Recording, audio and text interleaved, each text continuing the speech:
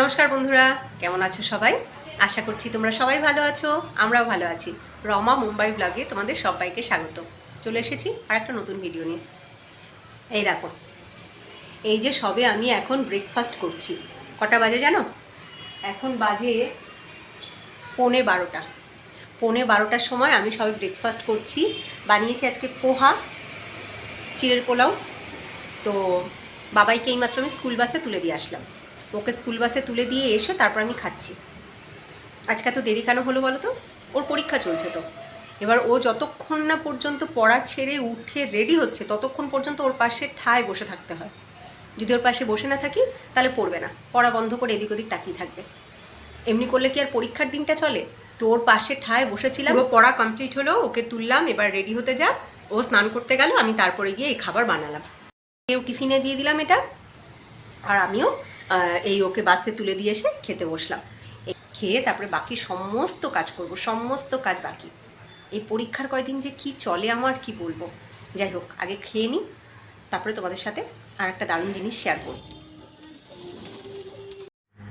এইবার তোমাদের সাথে শেয়ার করি, যেটা শেয়ার করব বলেছিলাম সেটা হচ্ছে এই দেখো, এই যে দেখতে পাচ্ছ সাদা নয়নতারার মধ্যে লাল ফোঁটা, কি সুন্দর লাগছে দেখতে, তাই না? এইটা হচ্ছে আমার উইন্ডো গার্ডেনের নতুন কালেকশন, নতুন অ্যাডিশন। আমি এই গাছের একটা ছোট্ট ডাল ভেঙে নিয়ে এসেছিলাম। সেই ডালটাকে জলের মধ্যে রেখে রুট বার করে তারপরে সেটাকে আমি টবে লাগিয়েছি মাটির মধ্যে। আজকে প্রথম ফুল ফুটেছে, আর সেটা তোমাদের সাথে শেয়ার না করে পারি? আমি তো ভীষণ খুশি আজকে। আমার কাছে এই ফুলটা ছিল না, আমার কাছে ছিল এই যে পিওর সাদা। এই সাদা এখন অনেকগুলো গাছ আছে আমার কাছে, আর প্রচুর ফুলও ফোটে। তো এই সাদা ছিল, আর তার সাথে এই যে পেঁয়াজি কালারের যে নয়নতারা হয়, এটা তো ভীষণ কমন।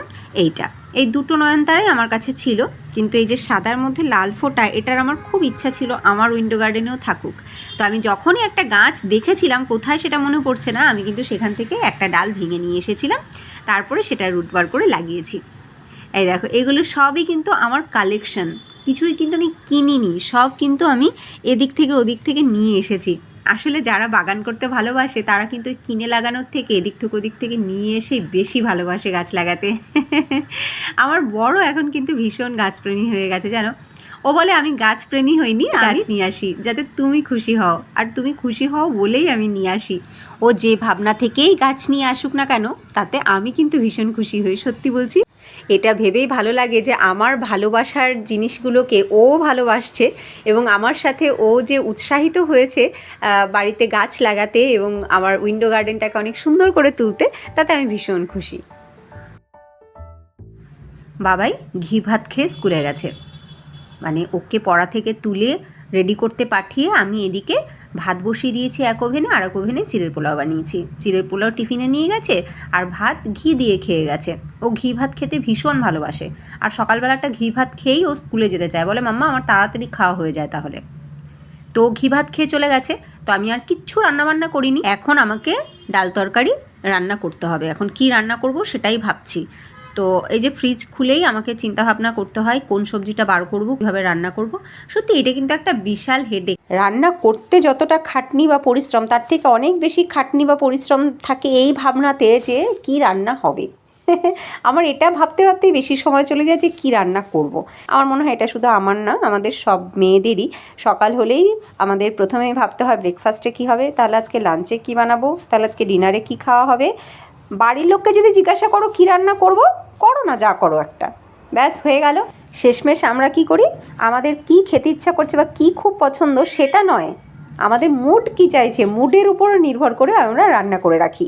সময়ের কথা চিন্তা করে রান্না করে রাখি, কম সময়ে হয়ে যাবে, আবার যেটা সবার ভালো লাগবে, যা দিয়ে দুবেলা খাওয়াও হয়ে যাবে, এই রকম চিন্তাভাবনা করে আমরা কিন্তু শেষমেশ রান্না করে রাখি। আমার ইচ্ছে হলো একটুখানি কুমড়ো ভাজবো, তো অল্প একটুখানি কুমড়ো নিয়েছি, এই কুমড়োটুকুকে ছুলে নিচ্ছি। আর প্রচুর ভাবনা চিন্তা করে বার করেছি কিছুটা শিম, সরু সরু শিম, তার সাথে মূলো, আর ওদিকে আলু নিয়ে নিয়েছি। এই আলু, শিম, মূলো, আর এর সাথে রয়েছে কিছু মেথি পাতা বা মেথি শাক, সেই মেথি শাক দিয়ে একটা ঘ্যাট করে নেব।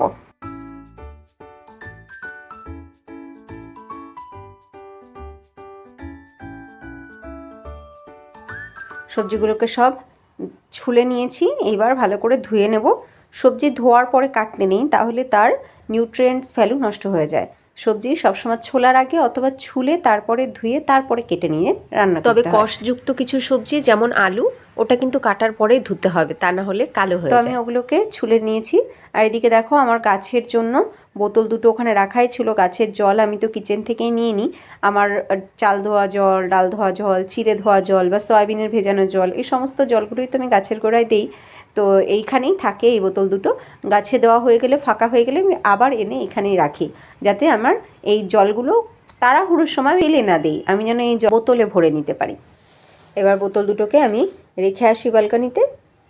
আর এই যে দেখতে পাচ্ছ প্লেটের মধ্যে সবজির খোসা রেখেছি, এই প্লেটটার মধ্যেই আমি সবজি ছুলি এবং ওই সব খোসাগুলো আমি কিন্তু আমার গাছের জন্যই ব্যবহার করি। মানে এগুলোকে জমিয়ে তারপরে এগুলোকে আমি মাটির সাথে মিশিয়ে কম্পোস্ট তৈরি করি।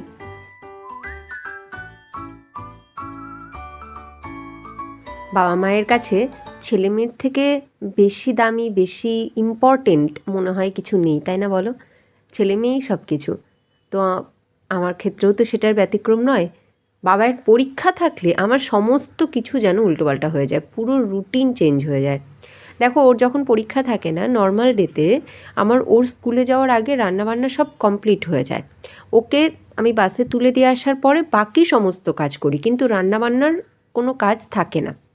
আর আজকে ওর পরীক্ষা চলাকালীন দেখো কী অবস্থা, সম্পূর্ণ রান্নাবান্নাও এখন করতে হচ্ছে আর বাকি সমস্ত কাজ করতে হবে। তাহলে বলো আজকে আমার কত দেরি হবে? প্রচুর দেরি হয়ে যাবে আজকে আমার স্নান করে খেয়ে উঠতে। কি করব, আর কিছু করার নেই। আর এদিকে ওর পাপারও সময় হয় না ওকে দেখার বা ওকে নিয়ে পড়ানোর, সে কখনোই করে না। ওকে পড়তে বসানোর কাজটা সে কখনোই করে না। ওর সাথে খেলবে, ওর সাথে গল্প করবে, কিন্তু ওকে নিয়ে পড়তে বসাবে না। বলে আমি ধৈর্য রাখতে পারি না, আমি মেরে দেবো, ও আর আমার হাতের মার খেয়ে ওর অবস্থা খারাপ হয়ে যাবে, ওর থেকে তোমার হাতের মার খাক তবু ঠিক আছে। তো যে কারণে ওকে পড়ানোর সম্পূর্ণ দায়িত্ব কিন্তু আমারই। তো যাই হোক, তো এখন তো তবু টিউশনটা আছে, টিউশনটা থাকাতে একটু হলেও আমার চাপটা কম হয়। আর তা না হলে যখন টিউশন দিয়েছিলাম না, সেই সময় তো প্রচুর হালাত খারাপ হয়ে যেত আমার। ওর কি হতো জানি না, আমার তো পুরো মানে দিনের 24 ঘন্টা যেন 48 ঘন্টার মতো লাগতো। তবে সে যাই হোক, বাবা মায়ের কাছে ছেলে মেয়ের থেকে বেশি গুরুত্বপূর্ণ আর কিছুই হয় না। তাই ছেলে মেয়ের পড়াশুনো, ছেলে মেয়ের পরীক্ষা, এই সব নিয়ে বাবা মায়ের চিন্তা তো সবসময়ই থাকবে এবং আমাদেরকে সেই কাজ করে যেতেও হবে। তার ভেতরেও ঘরের সমস্ত কাজ আমাদেরকে সারতে হবে। সবটাই ব্যালেন্স করে চলতে হবে। তবে পরীক্ষার সময়টা সত্যি আমার রুটিনটা একদম চেঞ্জ হয়ে যায়, একদম ঘেঁটে হয়ে যায় আমার রুটিন। তো যাই হোক, দেখো এই যে তরকারিটা আমি রান্না করছি, এটা মেথি শাক দিয়ে করছি। এটা কিন্তু সত্যি দারুণ খেতে হয়, আর যেমন সুস্বাদু হয় তেমনি কিন্তু এটা অনেক বেশি হেলদিও। মেথি শাক দিয়ে হচ্ছে তার মানে এটা তেতো হয়ে যাবে? একদমই কিন্তু না, মেথি শাক মানেই তেতো কিন্তু নয়। এই দেখো, ভালো করে আমি শুকনো শুকনো করে রান্না করলাম। এটা প্রায় অর্ধেক হয়ে যাওয়ার পরে আমি একটুখানি জল দিয়ে ঢেকে দিয়েছিলাম।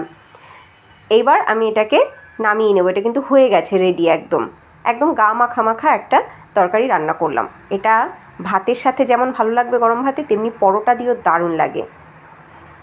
এইবার চলে আসি সব বাসন কোসন ধুতে। রান্নাবান্না হয়ে গেল, এইবার এতগুলো বাসন সব আমি এখন ধোবো।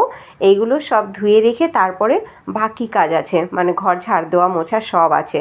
মানে কি বলবো, আজকে যে কত দেরি হয়ে যাবে আমার সব কাজ সেরে উঠতে জানি না। আবার পরীক্ষা চলছে তো, তাড়াতাড়ি ছুটিও হয়ে যাবে, তাড়াতাড়ি চলেও আসবে। তো তাড়াতাড়ি করে সারি আমি কাজগুলো, বাসনগুলো তাড়াতাড়ি করে ধুয়ে নিই।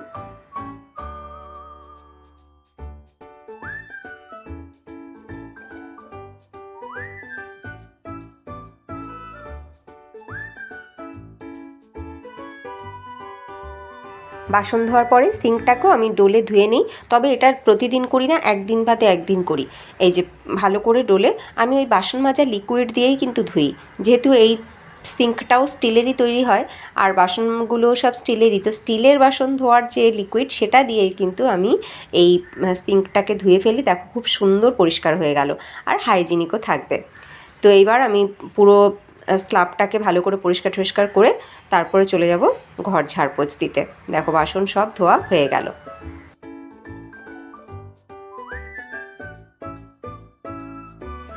একা হাতে আমরা যারা সংসার সামলাই আমাদের কাছে টাইম ম্যানেজমেন্টটা কিন্তু একটা বিশাল বড় চ্যালেঞ্জের বিষয়।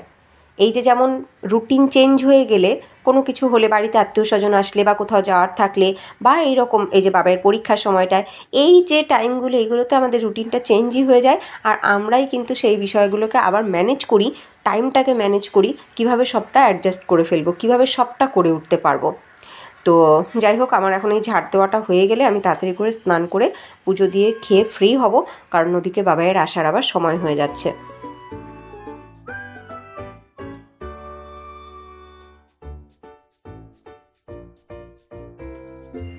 ফাইনালি চলে আসলাম সমস্ত কাজকর্ম সেরে স্নান করে। এইবার একটুখানি রূপচর্চা করে নিই। শীতের সময়টায় কেমন যেন আমাদের স্কিনগুলো হয়ে যায় না? আমার এমনিতেও একটু বেশি শীত, মানে একটু অল্প ঠান্ডাতেই আমি একটু শীত কাতুরে। তো আর আমার স্কিনগুলোও ভীষণ রাফ হয়ে যায়। আমার স্কিন এমনিতেই বরাবরই একটু সেনসিটিভ। আমি সারা বছর কিচ্ছু ইউজ করি না, কিন্তু এই শীতের সময়টায়, এই সময়টায় কিছু ইউজ না করে তো থাকাই যাবে না। স্কিন একদম রাফ হয়ে যায়, তাই মুখের, হাতে, পায়ে সব জায়গাতেই কিন্তু একটু লোশন মাখতেই হচ্ছে। তো অন্য সময় কিছু করি না করি, শীতের সময়টাতে রূপচর্চা একটু করে নিতেই হচ্ছে। তো চলো আমি একটুখানি রূপচর্চা করে নিই তাড়াতাড়ি করে, ওদিকে এখন গিয়ে পুজো দেবো, তারপরে খাওয়া হবে।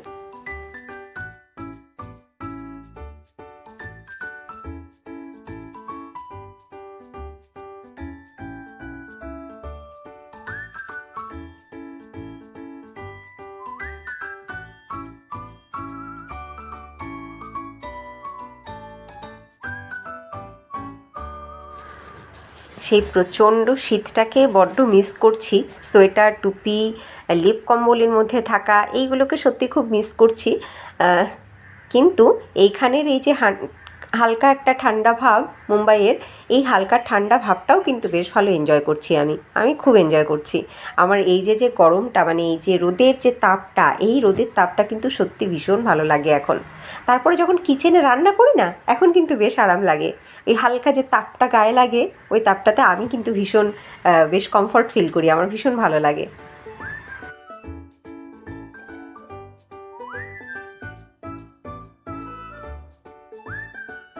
অবশেষে সমস্ত কিছু সেরে এইবার আমি খেতে বসেছি। এখন বাজে বেলা 2:30। তো একটু তো দেরি হওয়ারই ছিল। যাই হোক, আজকে সারা দিনে টিভি চালাইনি, জানো? যে আমি সারা দিন টিভি চালিয়ে কাজ করি, সে আজকে সারা দিন টিভি চালানোর সময়ই পাইনি। এখন টিভিটা চালালাম, খেতে খেতে একটু টিভিটা দেখব।